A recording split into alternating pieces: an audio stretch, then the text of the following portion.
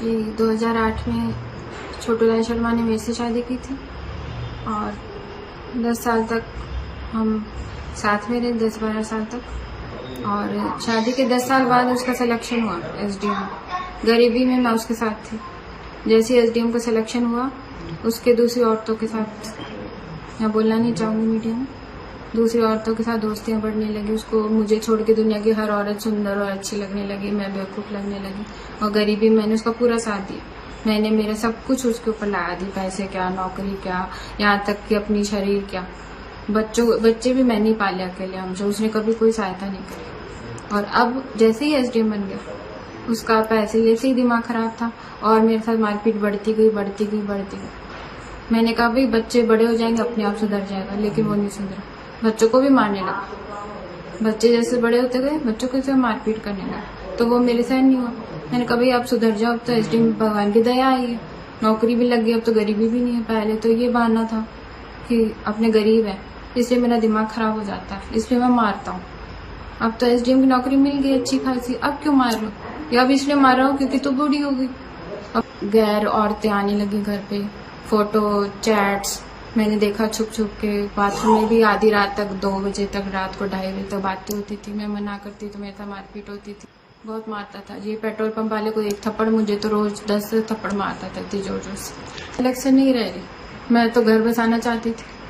बच्चों का मुझे तो फ्यूचर ध्यान है, बच्चों का बाप कौन है? वही है। तो मैंने तो साइन किया पहले भी, अभी भी साइन नहीं किया। उसकी नीयत बिगड़ गई अचानक, उसको कोई औरत पसंद आ गई। उसने कहा मैं तो इसको लाऊंगा, तू मेरे सामने रहेगी तो भी लाऊंगा, तू सामने नहीं रहेगी तो भी लाऊंगा मैं तो उसने 2020 में मुझे यहाँ छोड़ गया पिलाने, क्योंकि उस टाइम कोरोना काल, आपको याद होगा।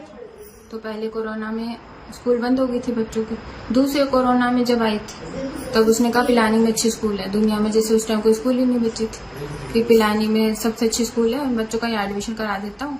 और मैं हर 10-15 दिन में आके यहाँ छोड़ गया मुझे, है ना, किराए के घर में वहाँ। तो मैं वहाँ रहने लगी, बच्चों को ऑनलाइन फीस भेज देता था, थोड़ा बहुत खर्चा पानी भेज देता था बस। और थोड़े दिनों में 2 महीने बाद अचानक नोटिस आ गया तलाक का। मेरी तो हालत खराब, मेरी तो आंखें सूख गई रो के। तलाक का नोटिस, भाई तलाक किस बात का, मैं क्यों दूँ तलाक? और मैं तलाक दे के जाऊँगी कहाँ? ना मेरे पास नौकरी, ना मेरे पास कोई, बच्चों को लेके कहाँ जाऊँगी? तो मकान वालों के मुझे तो किराए के लाले पड़ गए, वहाँ पानी लाइट का बहुत खर्चा होता है। तो फिर वो मैंने खाली करके मैं यहाँ आ गई। हाँ, न्यायालय में है वो, उसने चीटिंग करके मेरे पे झूठे केस कर दिए और झूठे केस का आधार बना के कि ये अपराधी किस्म की महिला है, ये मुझे मारती है, मैं उसको मारूंगी। मैं उसको मार सकती हूँ? नहीं हुआ। एक्स का पार्टी मेरे उसमें साइन भी नहीं है, मैं मानती नहीं तलाक हुआ है। वो तो आज ही मेरा पति, मैं तो आज भी उसके मांग का सिंदूर भरती हूँ, आज मैं उसके लिए करवा चौथ करती हूँ। वो नहीं मानते से मेरी क्या गलती, मेरे बच्चों की क्या गलती? एक्स पार्टी किया, उसने चीटिंग करके साइन ले लिया और मैंने उसकी अपील कर रखी है जोधपुर हाईकोर्ट में। उस विवाद के संबंध में ये उसकी आदत है, वो चलते फिरते अमरूद वाले को भी थप्पड़ मार सकता है। मेले में झूला झूलते बच्चे तो झूले वाले को भी थप्पड़ मार सकता है कि मैं एसडीएम हूँ, झूला हमारा चलेगा अलग से। सामने जब छोटे बच्चे तब तो घर में आता तो बच्चे कुर्सियों के पीछे बैठ के नीचे छुप जाते थे। तो आप समझ सकते हो व्यवहार कैसा था बच्चों के साथ, मेरे साथ। फिर भी मैंने साहू शादी को फिर भी साहू कि चलो ठीक है सुधर जाएगा, मैं अपना घर क्यों तोड़ूंगी? सरकार तो मुझे न्याय चाहिए, मैं तो कहीं की नहीं रही। उसने तो दूसरी शादी कर ली इलीगल, दूसरा बच्चा भी कर लिया। अब मेरे बच्चों का भविष्य क्या होगा, मेरा क्या होगा ये बताओ? मैं कहाँ जाऊँ? 2 बच्चों की माँ से कौन शादी करेगा? अगर मैं शादी करना चाहूँ तो भी कौन शादी करेगा ये बताओ? न्याय मिलना चाहिए, बच्चों को न्याय मिलना चाहिए, मेरा फ्यूचर सिक्योर होना चाहिए, मेरे बच्चों का फ्यूचर सिक्योर होना चाहिए। उनकी पढ़ाई का क्या, उनके क्या मेंटल पीस मिल रही है उनको? उनकी माँ अलग, उनके बाप अलग, उनकी मेंटल, उनकी क्या गलती? या तो बच्चे पैदा नहीं करता, उसकी दूसरी औरत उसको पसंद आ रही है तो पहले बोल देता मैं तलाक दूंगा। तो मैं अपना करियर क्यों छोड़ती? मैंने उसका करियर बर्बाद कर दिया, मैंने उसके पीछे कि भाई महाराज जी ये बन जाएंगे एसडीएम, तो मुझे क्या कमी रहेगी?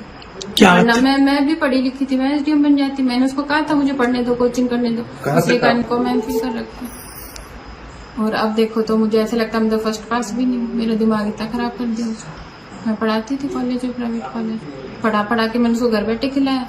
कॉलेज में लड़ाई करके आ जाता है, लड़कियों को छेड़ के आ जाता है, वहाँ पे उसको नौकरी से निकालते थे जून में।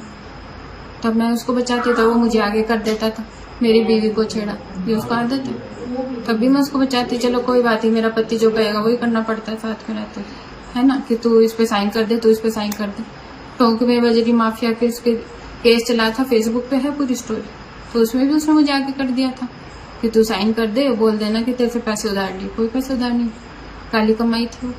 तो धमकी दी थी कि फीस मैं नहीं दूंगा ऑनलाइन, यहाँ पे करवा दे तो करवा दे, वरना तेरे बच्चे तू जान। अभी दी जा रही, मेरे बच्चों का क्या होगा मुझे तो ये समझ में नहीं आ रहा। मैं सुसाइड कर लूँ, किसके आगे रहूं, कोर्ट में बस तारीख मिलती रहती है और कुछ नहीं होता। सर क्या मामला था कल जैसा पेट्रोल पंप पे लड़ाई झगड़े? ये 21 तारीख का घटनाक्रम था और मैं अपनी फैमिली के साथ, मेरे 2 महीने का बच्चा भी था, वाइफ थी, बड़े भैया मेरे एक्सपायर हो गए थे, तो उनका पहला त्योहार हम मनाने के लिए अपने गांव जा रहे थे। मेरी गाड़ी में सीएनजी खत्म हो गई थी, आगे चलने की स्थिति नहीं थी, तो हम सीएनजी पेट्रोल पंप पे रुके। पहले तो उन्होंने हमारी गाड़ी को दूर से ही उन्होंने चिन्हित कर लिया, या तो वो कोई इंटेंशनली कर रहे थे, और हमारी गाड़ी से पहले एक गाड़ी को भरा उन्होंने, जो कि हमारे पीछे साइड में थी, लेकिन उसको निकाला उन्होंने। फिर बाद में जो मेरी वाइफ थी, वाइफ को इन्होंने कुछ इशारे किए थे, इन्होंने मेरे को गाड़ी में बताया कि ये मेरे को ऐसे गलत इशारे कर रहा है, अश्लील इशारे कर रहा है। फिर मैंने इनको कहा कि अपने को तो एक बार फ्यूल लेना है क्योंकि गाड़ी चल नहीं पा रही है। तो फिर भी उसने इंटेंशनली हमारे को सबको उतार के, मेरी गाड़ी लग गई, मेरी गाड़ी लग के हमारे को सबको दूर खड़ा कर दिया, बच्चों को, क्योंकि बच्चे रो रहे छोटे थे। और उसके बाद उसने मेरी गाड़ी में नहीं भर के पीछे वाली गाड़ी में भरने लग गया, और इसको अश्लील, इसकी अलग वीडियो बनाना, इसकी फोटो खींचने का काम चालू किया। जब फिर मेरे को गुस्सा आया, मैंने कहा आप नियम क्यों तोड़ रहे हो, मैं अधिकारी रहा हूँ, यहाँ एसडीएम लेवल का अधिकारी रहा हूँ, तो आप नियम क्यों तोड़ रहे हो? आपको क्या पता है नियम, पहले आता है उसको पहले भरना होता है। तो इस पे थोड़ा वो गाली गलौज की, उसने अभद्रता की, मेरे साथ हाथापाई, मेरी भी हाथापाई हुई, मेरे भी उन्होंने मारी, तो मेरे मुंह में खून आ गए, और वाइफ ने बीच बचाव किया। फिर हमने एफआईआर दर्ज कराने के लिए थाने में हम परिवार सहित ही गए थे, रायला थाने के अंदर एफआईआर दी। जी धन्यवाद। मैं दीपिका व्यास, पत्नी छोटूलाल शर्मा, आरएएस अधिकारी।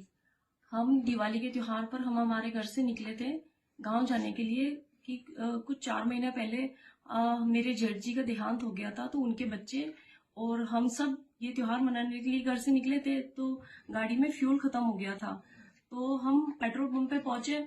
वहां पर पेट्रोल पंप पहुंचे तो वहां पहुंचने से पहले, वहां पर पहुंचने के बाद हमने देखा कि वो जो कर्मचारी थे वो क्या अश्लील हरकतें कर रहे थे पहले गाड़ी में उतरने से पहले। तो ये बात मैंने अपने पति को बताई।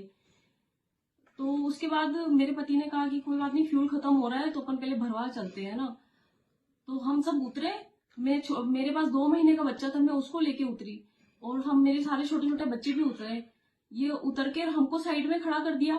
जब नियमानुसार हमारी पहले गाड़ी भरनी थी, तो वो हम जानबूझकर वो हमको साइड में खड़ा करके और पीछे वालों की गाड़ी ना, उन लोगों को उसने उतारा और उन लोगों को उनकी फ्यूल भरने लग गया। तो ये देखते हुए मेरे पति वहां दौड़ के गए कि भाई ये क्या कर रहे हो आप। तो वो उस टाइम उनसे बदतमीजी से बात करने लग गया। तो फिर मेरे पति ने भी बोला, तो इस बीच में बोलचाल और हाथापाई हुई। उन्होंने भी मेरे पति को मारा, वो ऐसे मुक्के मारा कि मुंह से खून आने लग गया। मैं भी इस बीच में मैं बचाव करने गई कि भाई मत मारो आप। 50 लोग उनको घेर के खड़े हो गए थे। फिर ये चीज बस इसको गलत तरीके से एडिट करके और सोशल मीडिया पे खूब फैलाया जा रहा है कि भाई एसडीएम है तो इसलिए हमको मारा, रोब झाड़ रहा है, जबकि ऐसा कुछ है नहीं है।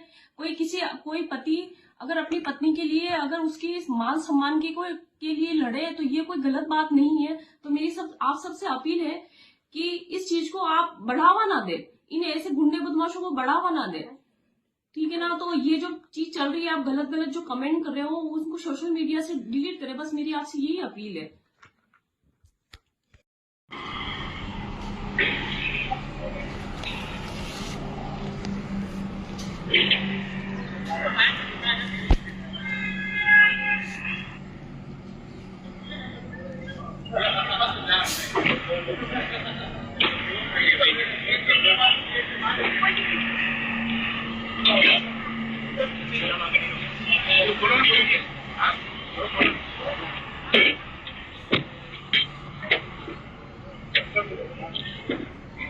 मैं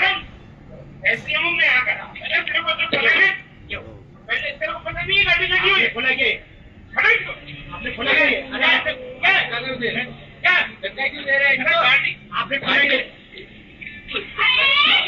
मेरे को मारेगा तुम्हें मैं ऐसे को हाथ लगा रहा तेरी बहन को दिया मेरे को मारेगा कोई नहीं है मेरे को मारेगा